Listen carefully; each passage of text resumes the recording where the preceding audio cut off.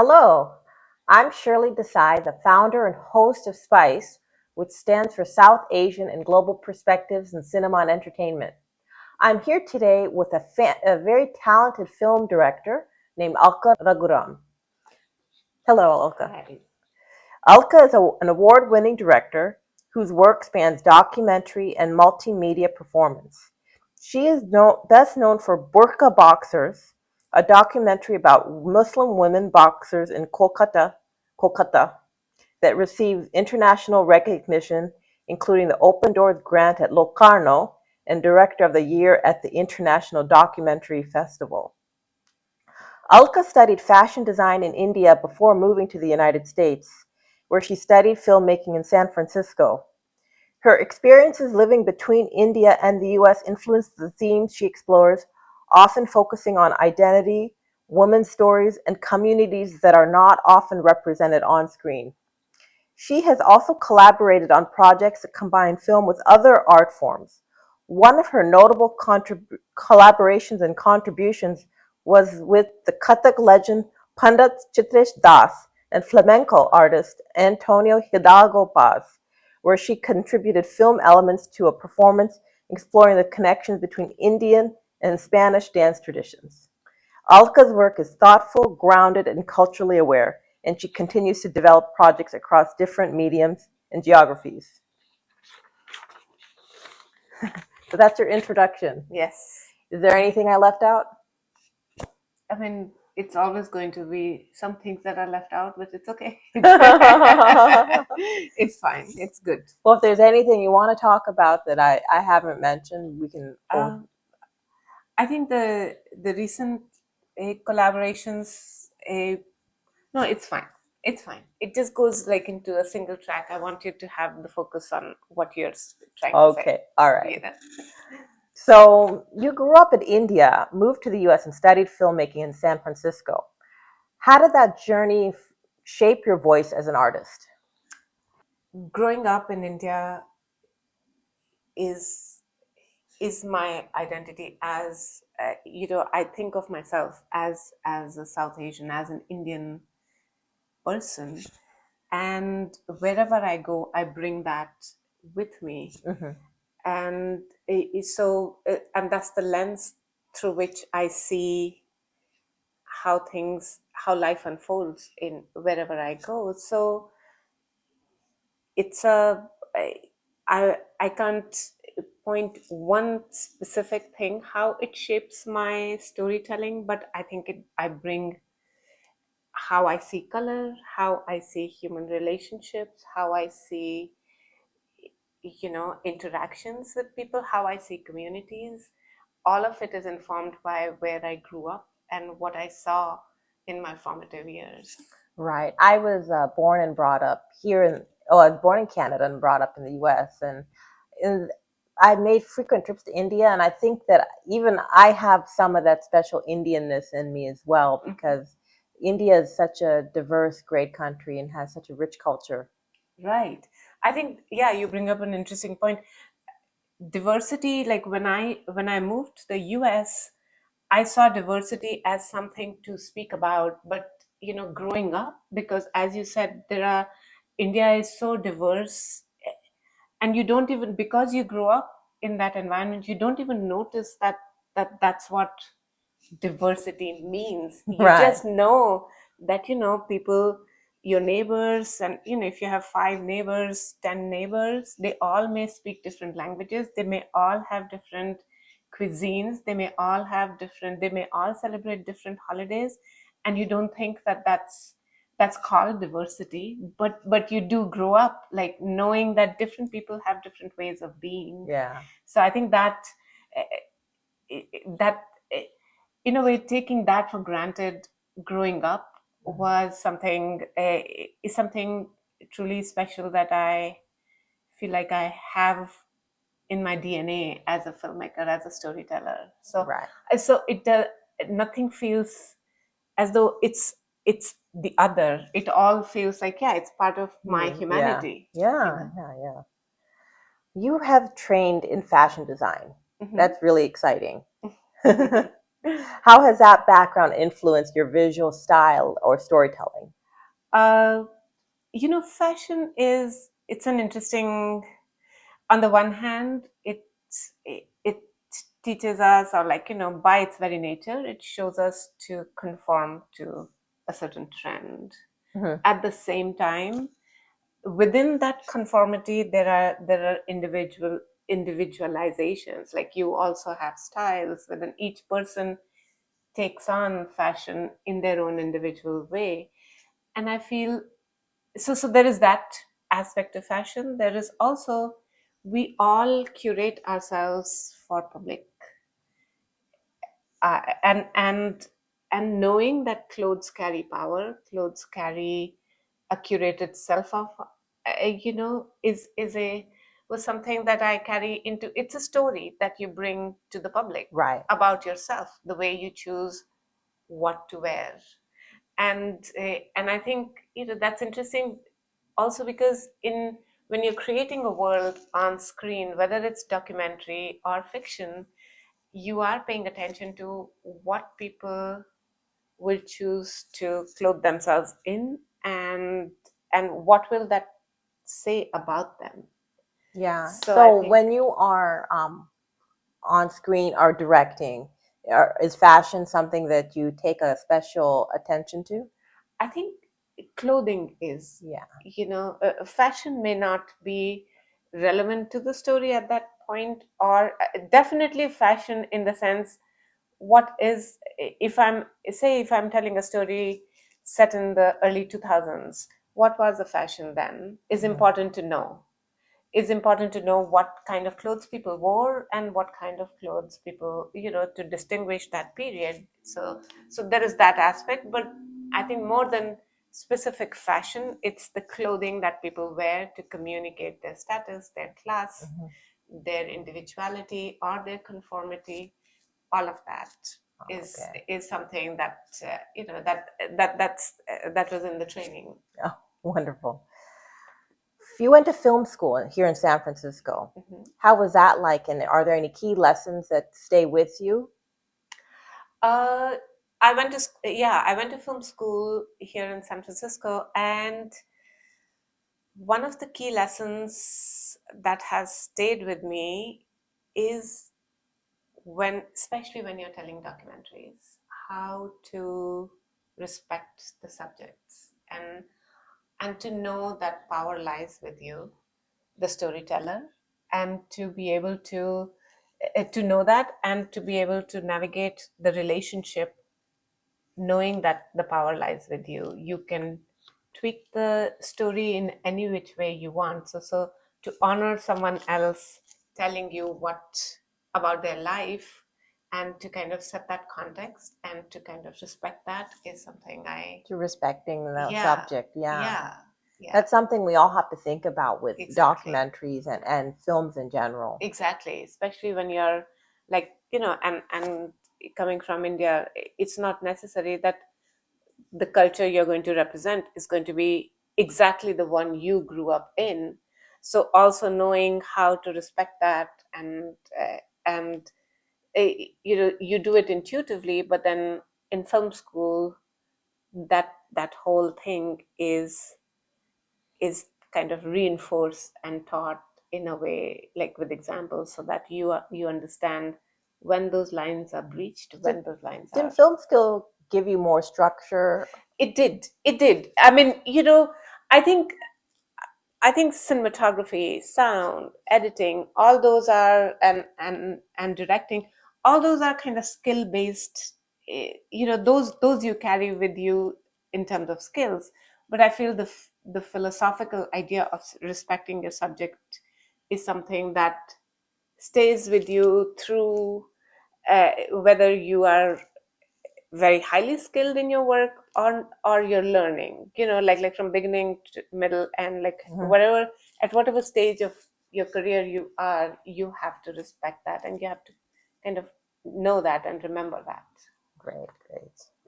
Now, the exciting part of our discussion is about burqa boxers. Uh-huh. It's such a striking film. How did the idea first come to you? um I had been reading about the women in Kolkata, who, who were stepping into boxing. And at first, it was like a curiosity. It was, it's a culture that is known for having very kind of set ideas about what women's roles are and where they can go and what areas they can step into and what are prohibited. And and growing up in India, I also identified with that because I grew up in very traditional household where those limits, whether you're Muslim or Hindu or whoever, like those limits are kind of real and you have to abide by those limits. And so when I was reading that, I was very curious about who these women are and why are they doing this.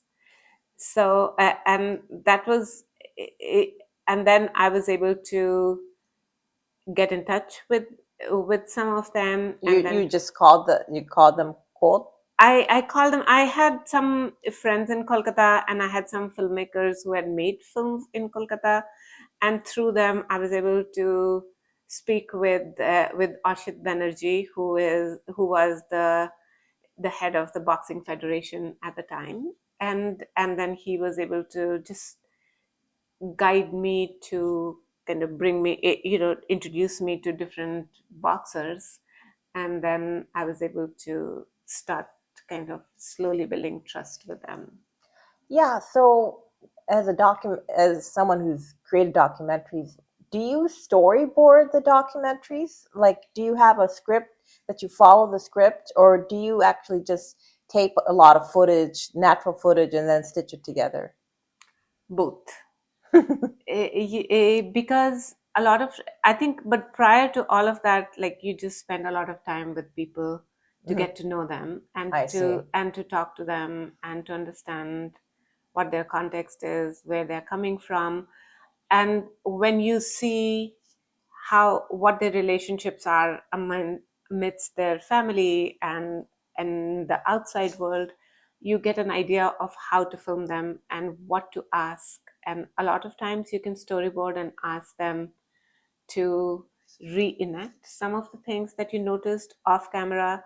Some, and a lot of, like sports, like you have to film a lot of footage in order to get Some something, good footage, yeah. some good footage, and to be able to also practice, because you don't know what angles work in sports a lot of times. Hmm. So you have to have a lot of, like, from different angles. And for me with burqa boxers, because it was story it's a story about women from a very traditional background. Even though they're boxing, there were a lot of restrictions in the community. I couldn't go with multiple cameras, I couldn't go with like a huge crew.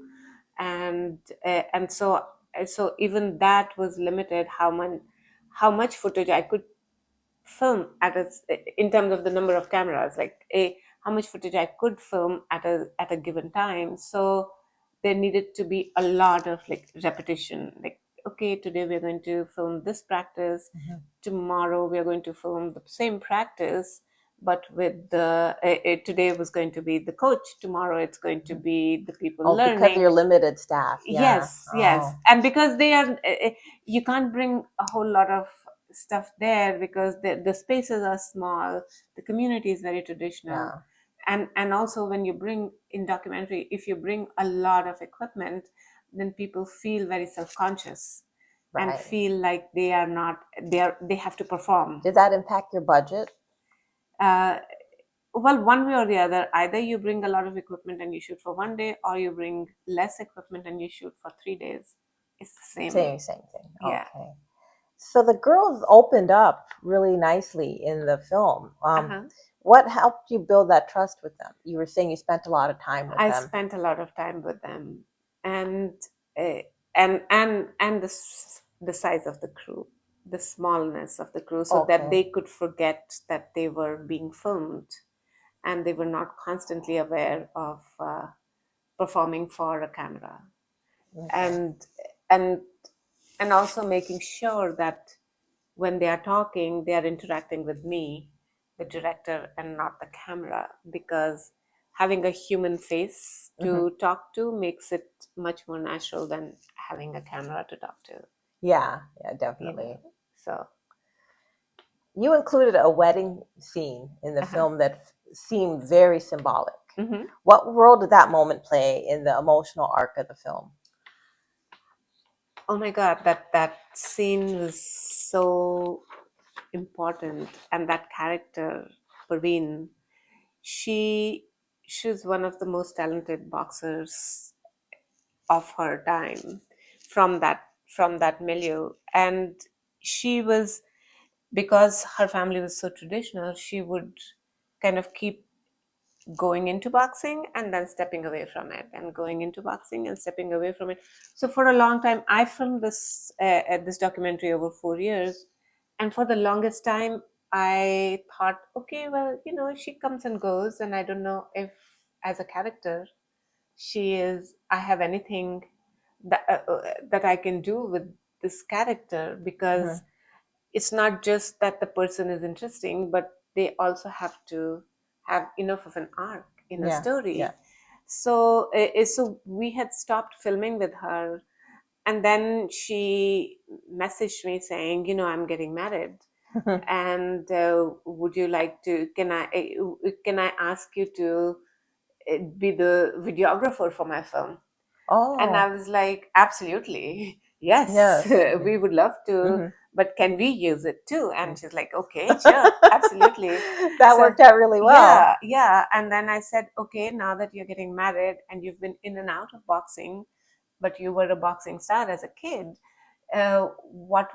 why did you, and this we build in the story too. Earlier, she wanted to become a boxer in order to get a public sector job as a policewoman. And so I said, now that you're getting married, that is not going to happen. You're getting married rather than look for a job.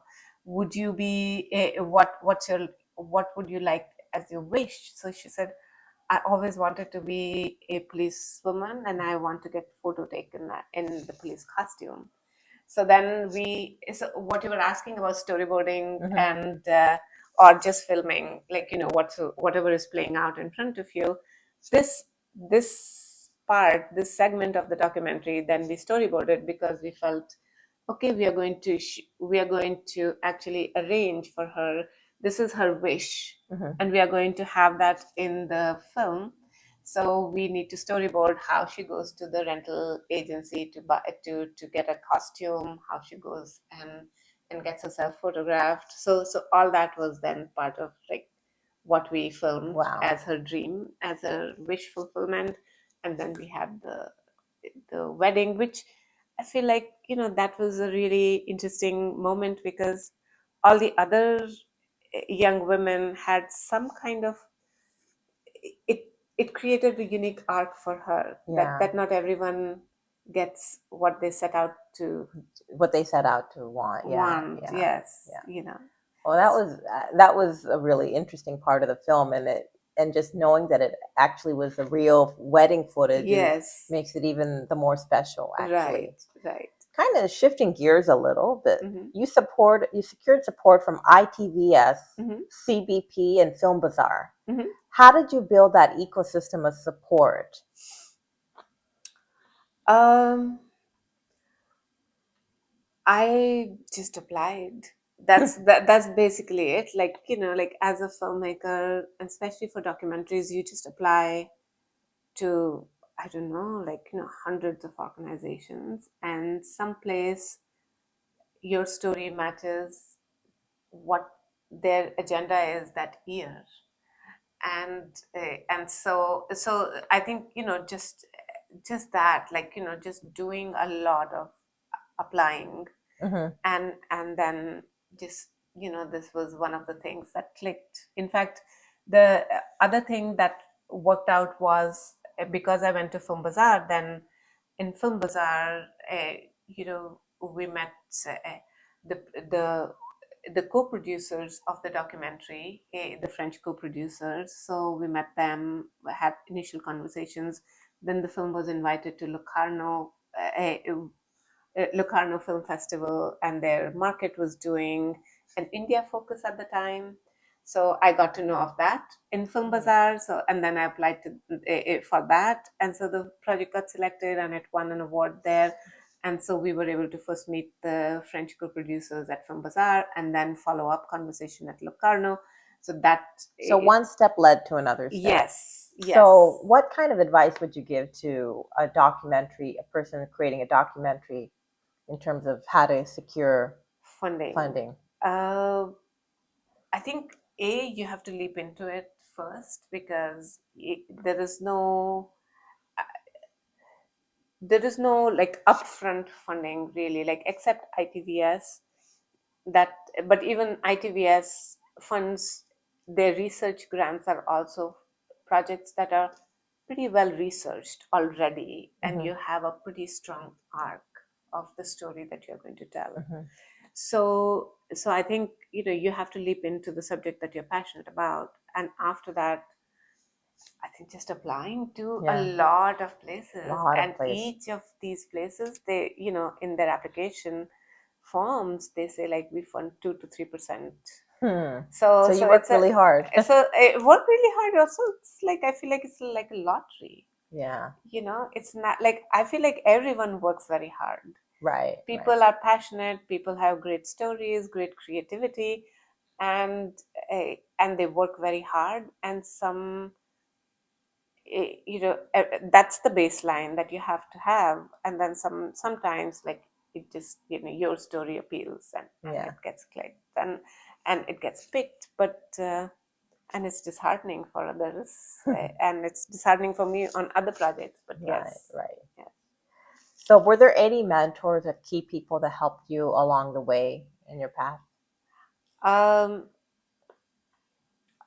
think, well, for Burqa Boxers, my co-producers, my French co-producers at 24 Images, they were just so committed to finishing the story, and I am so grateful to them for that.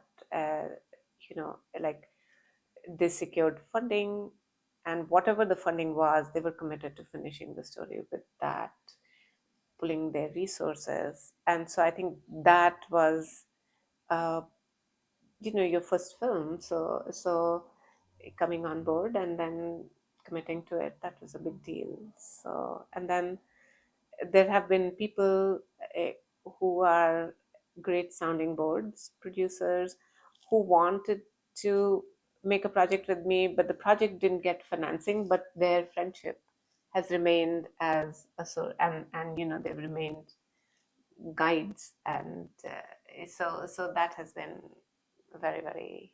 Yeah, the friendships are really important, and that's one of the reasons I founded Spice, was actually because I wanted to make friends in the film business, like yourself and others, and really build that sisterhood or familyhood bond with people. Exactly.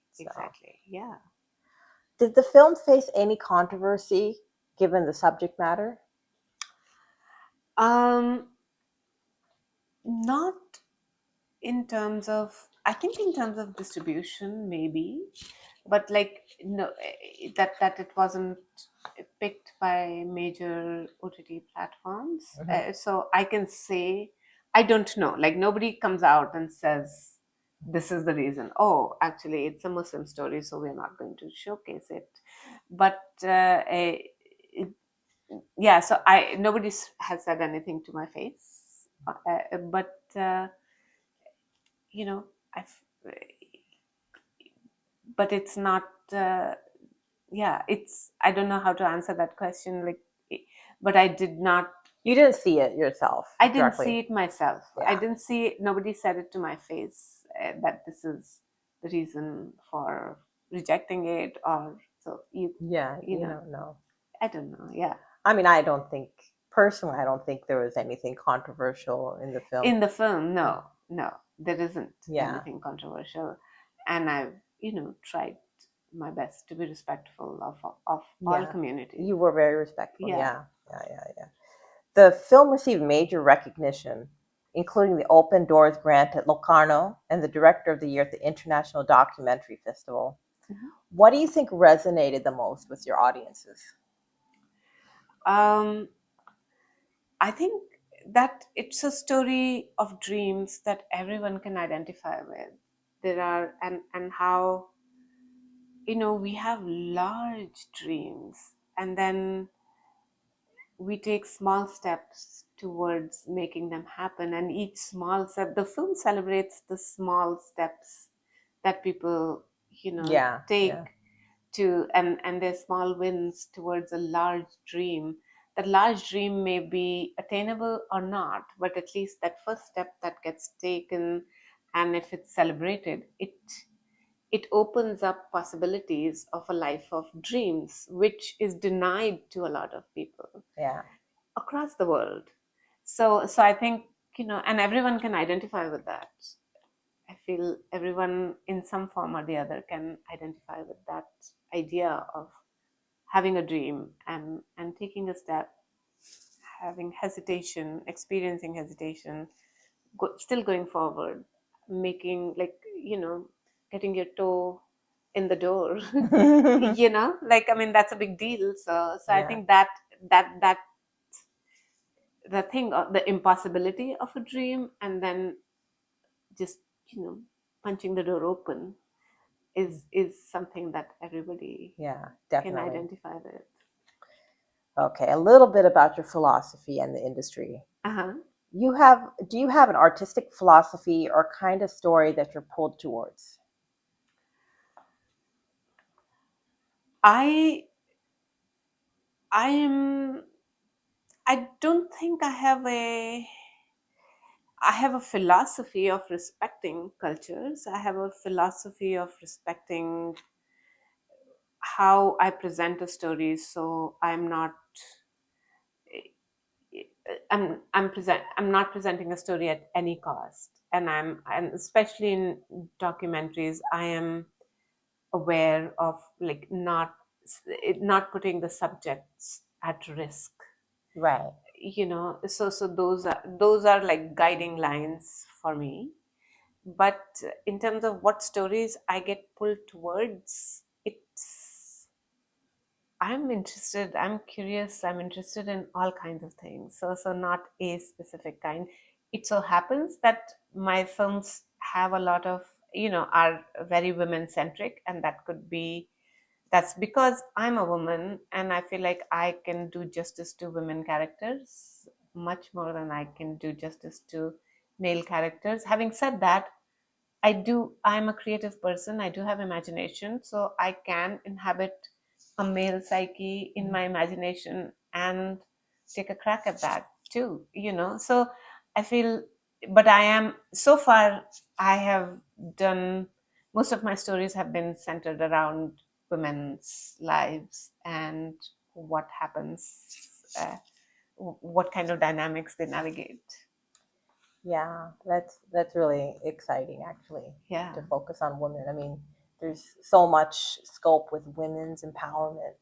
Yes. So Yes. that's very good. Yes. And your film really showed the power of, you said, having a small step, a hope, a dream, and seeing it come to fruition, or get closer to fruition. Exactly. I think for Burqa Boxes also, what I wanted to wanted people to go away with was different ideas of feminism, and how, you it grows from within the community. Like, all the subjects, they live, participants, they lived within the community, decided within the community what step they needed to, and experienced breaking some boundaries, and smashing some doors, not because someone from outside was telling them what is appropriate for them to do, but Internally, they felt it. internally, Yeah. and finding a group that kind of, and community within that group. And I felt like that was important for everyone to see, that, it flourishes in pockets everywhere. So yeah. A question about the industry: with streaming evolving fast and AI entering filmmaking, Uh-huh. what opportunities and challenges do you see for filmmakers? I am I I feel like, on the one hand, streaming has been super helpful in bringing bringing to light stories that otherwise would not like would not be so successful on the box office, because box office depends on big stars and big budgets and spectacle, and platforms can offer a more intimate story in a way, that resonates with people. So the format itself is conducive to that, though now I feel like everybody is going towards the spectacle and going towards stars and like that's becoming the norm even on platforms. So there's a constant change in terms of what the platforms are looking for, Right. and filmmakers don't know that, and they're like, that kind of changes every year. So I on the one hand, you can't just go ahead and make any film that you want, and then like you have to have market in mind. It's an expensive medium. On the other hand, the market is kind of unpredictable too, so it's just difficult to navigate that market and individual stories. I don't have an answer like that's a formula for it, but definitely keeping in mind what's if you want to do commercial films, which which everybody should consider, because that's the sustainable path in a way. But you have to kind of constantly be aware of what the markets are doing, what's streaming, what the future trend is, to Right. kind of have those antennas up. Yeah, have those antennas up Yeah, for sure. That's yeah, yeah. And well, what was the follow-up question on what that? challenges do you see for filmmakers? Challenges, I feel like the biggest challenge is always financial. Mm-hmm. To raise money for a unique vision is, it takes a lot of time, a lot of hustle, a lot of thick skin. It's always a challenge. Great.